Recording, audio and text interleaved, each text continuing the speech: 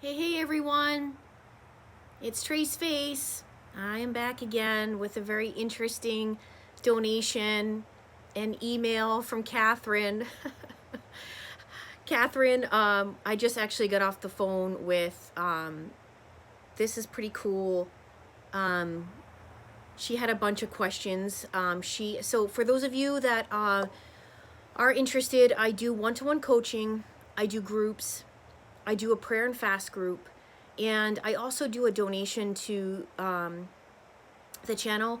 It's your opportunity to tell your story and or perhaps come on for an interview or let me read your story. So this is pretty interesting. Catherine paid for this donation to video and she wanted me to answer these questions. So there's a few on here that I went over with her. I said I will share those answers for when it's appropriate in sessions. Certain things I try to leave out on the World Wide Web.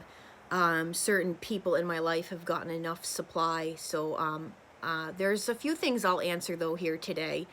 But this is pretty neat that she sent this. I'm gonna read it to you guys and then and then I'm gonna answer these questions. And geez, I wish that I still drank the way I used to for some of these questions. No. I'm going to be sipping on my green tea over here and trying to get through some of these. No, but so this is from Catherine. She wrote, "Hi Tracy, I hope you received my donation. I was hoping that you could possibly read this on your channel. Please don't feel obligated to read it all or leave out parts that perhaps you don't care to answer." As you know, I'm taking up journalism at the moment, so I thought this would be a great opportunity to put you in the spotlight, so to speak, and I'm willing to bet so many subscribers would be interested to hear your answers. For the record, I just need to state that I worked with Tracy for 3 months starting last summer into the fall for one-to-one coaching. I never had a life coach before, and I would suggest this to anyone out there that is looking to get help from narcissistic abuse. I, like many of you, found myself in the depths of despair with wondering if my partner was a narcissist or not. I would do the typical mind tricks of making myself believe that he wasn't one. Then I would hang in there for another few months.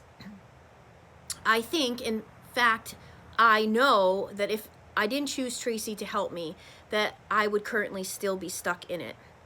It was affecting my grades, my parents, my health, and most importantly, my happiness.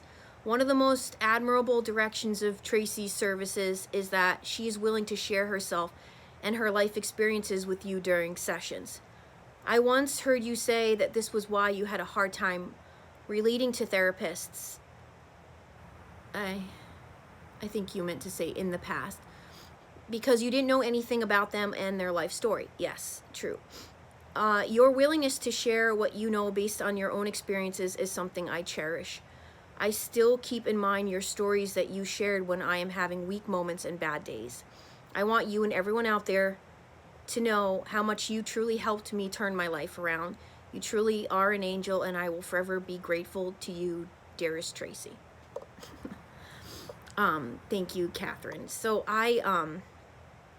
so now I have to answer Catherine's questions. All right, are you guys ready for this? Also, please, be on tomorrow night because I have a very special guest that I'm having on tomorrow night, and I'm so excited to have this person on, and it's just something you don't want to miss. And I'm going to be doing the same sort of thing to him. He just doesn't know it yet. I'm going to be interviewing him and his life story. So, Christian, if you are watching this, you know, be prepared. You're next. You're next. Okay. Number one, first question: where did you get the term "caca baloney" from?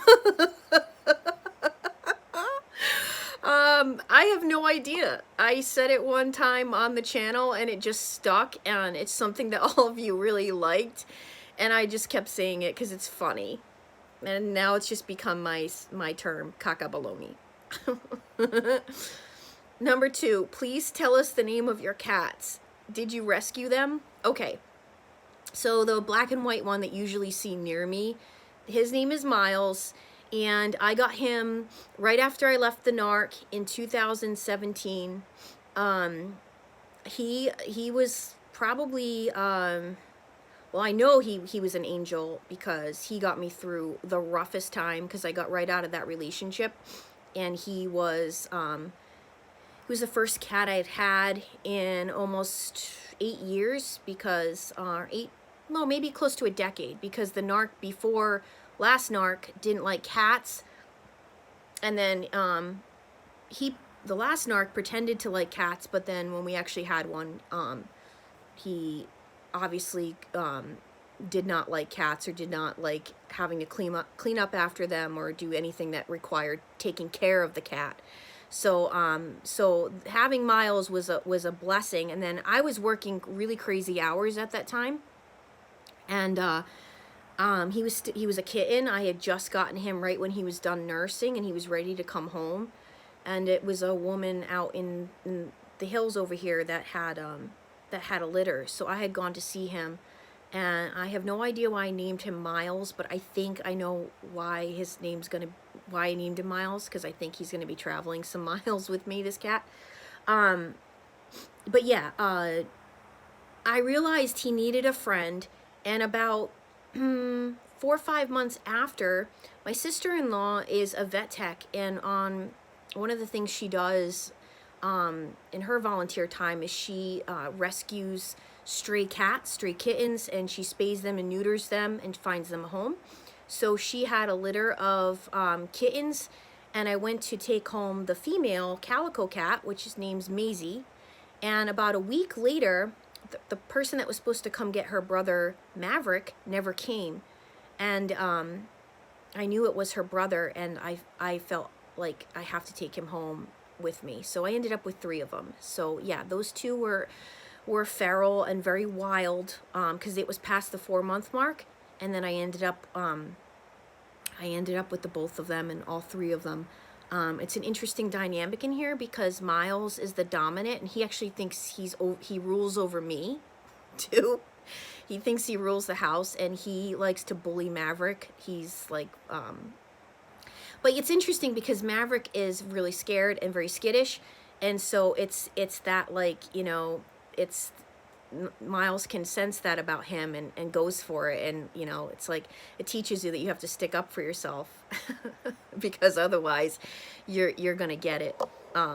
It's interesting. Anyway, yeah, you can learn a lot from animals' behavior and how it all works with humans too. So that's the story with my cats. Okay, number 3, what is the worst thing you've either heard from a client or clients regarding narcissistic abuse?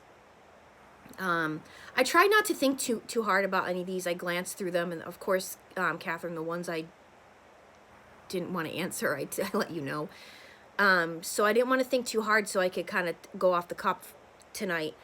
I think the worst thing I ever hear with anybody that contacts me for narcissistic abuse is the pain and suffering that people are in, and those that are going back to it, like a dog eating its own vomit.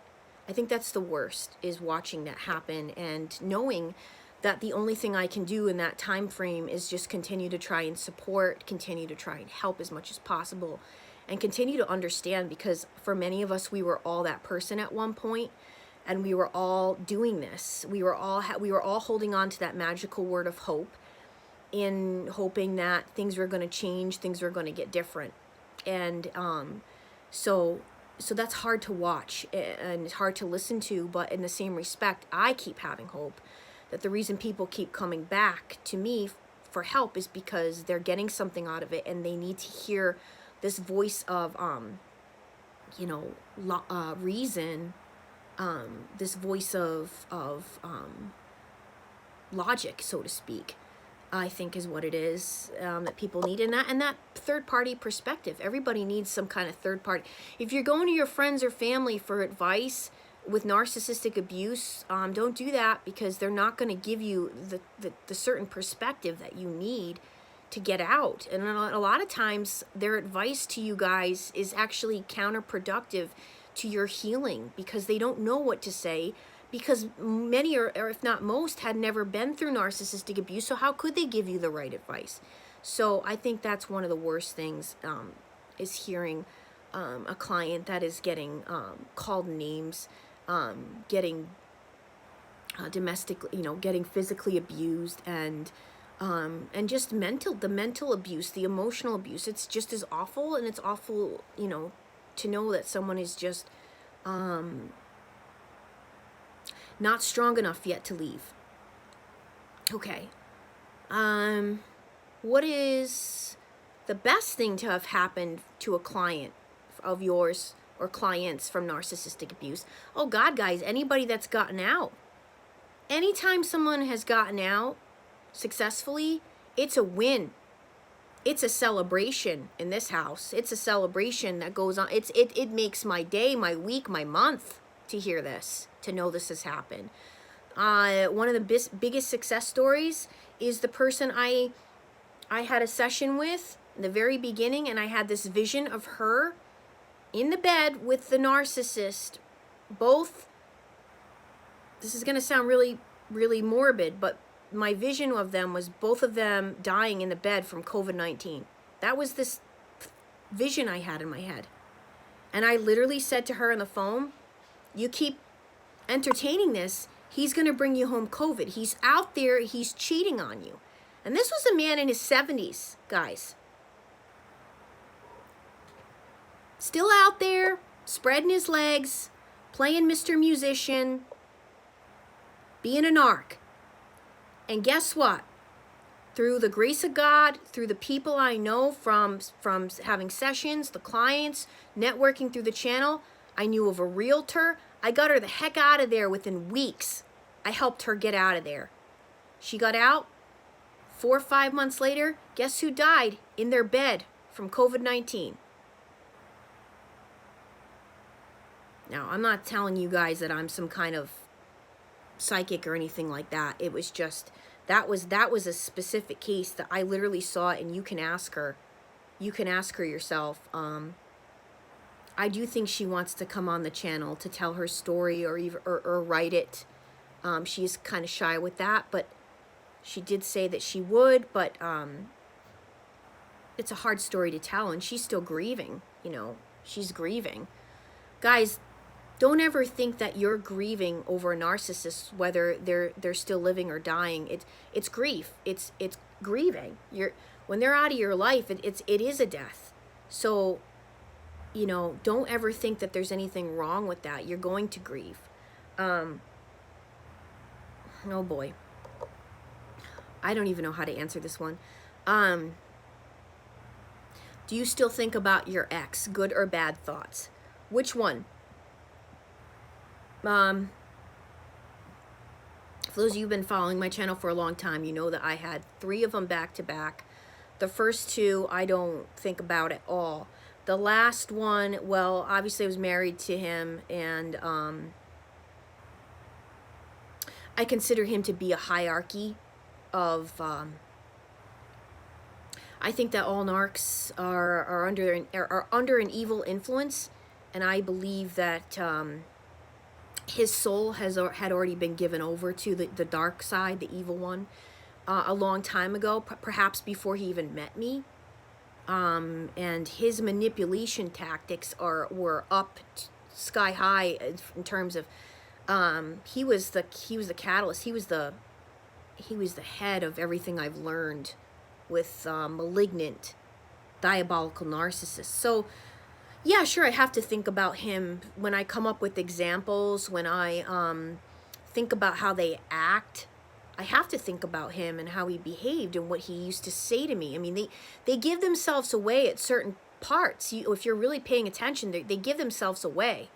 So I don't ever forget certain things that he said to me. I'll never forget them, because it helped me put all the pieces of this puzzle together to be able to understand that there are evil beings walking this planet, and they are not like you and I.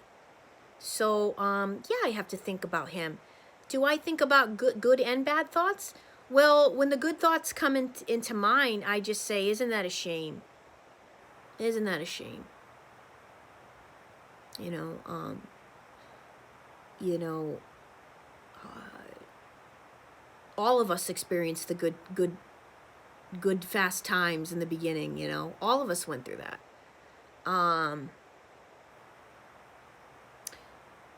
will never understand how, at the very tail end, how things could go down the way they did, in considering that a family member of his passed, and I was there for that. I was a part of that. He attributed me being in his life to helping him have a relationship with this family member. So to be a part of something, you know, to watch his family member die and be a part of all that, and then watch him go right back to these ways of cheating and the things that he always was doing, that was really hard to grasp and watch. You wonder, you know, there was a movie, I can't think of the name of the movie, but it says that the movie was about how when someone dies, their spirit and how they lived on the earth sometimes can be transferred into the family member if they're not careful. Like bad traits. I don't know. You know what, guys? There's so much that we don't know. Okay? There's so much we don't know here on this planet Earth. We don't. We might think we know everything. We don't. We don't have a clue for a lot of it, you know. There's a lot more we're going to learn, I believe, when we are in the next place we're going from here. So that's how I'm going to answer that. I do only have 10 minutes left because I have a session, so I'm going to try to get through these questions, okay? I've heard you talk about dating in some of your old videos. Tell us what it is like dating after having come out of such an abusive relationship.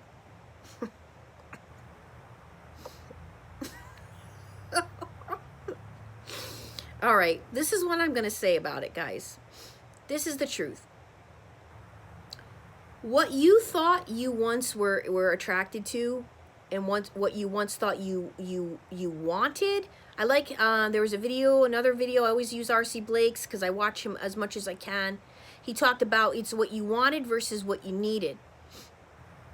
Now, after coming out of a narcissistic abusive relationship, guys, you're going to realize what it is you need in a partner. You're going to realize what that is that you need, and that's going to come over all else. It's going to come over how they physically look, to the, you know, what you consider quote unquote success. Success is going to have a whole nother meaning for you, as well as what it is you actually need. I have attributes now on a list of what I would be looking for that looks completely different from even, say, 2 years ago, what that would have looked like for me. And all I have to say is, what you once tolerated, you are never going to tolerate again. And I can use that word, never. Because once you get your hands around this kind of knowledge, wisdom, education, you're not going to allow yourself to go back and dwell in dark places that you used to before. As a matter of fact, the first moment you see caca baloney, you're out of there. And that's just how it goes. Okay? When somebody's worth any type of caca baloney they're bringing into the relationship, you'll know it. You'll know if it's problems that you can get around, or if it's problems that they have had long before you and they have not worked on, and you are not going to be their savior. You're not going to take on any more projects in your life. You're going to decide to meet people where they're at, and that's the end of it. And that's what I can tell you about dating. It's going to look completely different once you have gotten your hands on and knowledge on narcissism and unhealthy people. One thing that you regret or wished you had done differently when in the narcissistic relationship. Yeah, okay. Wished I had gotten out the first time. Wished I had gotten out the first time I discovered his cheating. I would have been out in 2014. That would have given me a whole chunk of years to to do things different. So, oh yeah, I have that regret. Sure. I have the regret of drinking, and acting like a buffoon myself. You know, I didn't have to choose to drink to deal with things. And, you know, like many of you, I was closet drinking and just coming home and passing out so I didn't have to think. But I didn't have to do that. And I regret that. That was self-destructive behavior. And it carried on, you know, stuff like that can carry on. That you've now created an addiction pattern for yourself that you now have to break. And I wouldn't wish that on anyone, and I wouldn't want that for anybody. So be careful of the mistakes you're choosing right now, because if you don't watch out, they can follow you, and then it's going to be a harder road for you to overcome. And so yeah, I regret that. Absolutely. I wish I had done that different. Best thing to come out of what you went through. The best thing to come out of what I went through is it strengthened my relationship to Jesus. It strengthened my relationship that I have with God. If I didn't go through all that, I never would have had the relationship I currently have now with God. And that's the reason for it all, and I know it. And for many of you, you might not know that yet, but that's what it's all for. You get an opportunity to really reinvent yourself, top to bottom. You can reinvent yourself. That's the beauty of coming out of something that terrible, is that you really can hit that reset button, reinvent yourself. Be whoever you want to be that person. But God, if you have a strong relationship with God, He's going to guide you to be that person. He's gonna bring out that person in you that you never knew existed. And that's the beauty of it. Number 9, have you ever had sessions with someone and realized they were a narcissist? This is funny because I had actually told one of my best friends that would make a good video. Yes, I have. Question is, did they know it? No, they didn't know that they were one, but I did. And honestly, it only happened, I can count on one hand. 2 I can think up off the top of my head, and they didn't finish their sessions. Gee, I wonder why. Oh, it's funny. It's funny that you came up with these questions, because I thought some of these would be interesting questions to actually answer in a video, so you beat me to it, Catherine. 10, for anyone struggling through a relationship with a narcissist, what is the one thing you want them to know? This is a no-brainer. I want all of you to know it gets better. It gets better. I promise you this. Some of you don't have techniques and tactics to help you get through this. So, contact me for coaching, because I will tell you and I will show you things I actually took classes on that work. Things that I just picked up on, from working with so many people now, I know what works and what doesn't to help you with your healing. And some of the things you might be doing, they could be small little things, are hindering your process to get better. But you have to understand me when I tell you this. Every single person I have known that has gotten out, their life has been better for it. I promise you that. You want to look at things like, oh, the grass might not be greener if I come out of this relationship with this buffoon. And, and I'm standing here on the other side, and I'm going to be, what if I'm missing out? What if the narc changes when I finally leave them? Guys, no. You have to take your life back. And by getting out of the relationship, you have the ability to make your life better than you ever imagined or ever thought that you would. 100 times better, 1,000 times better. Things you never saw for yourself will happen, but you have to get toxic people out of your life for that to occur. Toxic people are anchors. They weigh you down. It's impossible for you to see what your life could become when you have an anchor around you weighing you down with negativity. These people, they're all about being negative. They're negative people.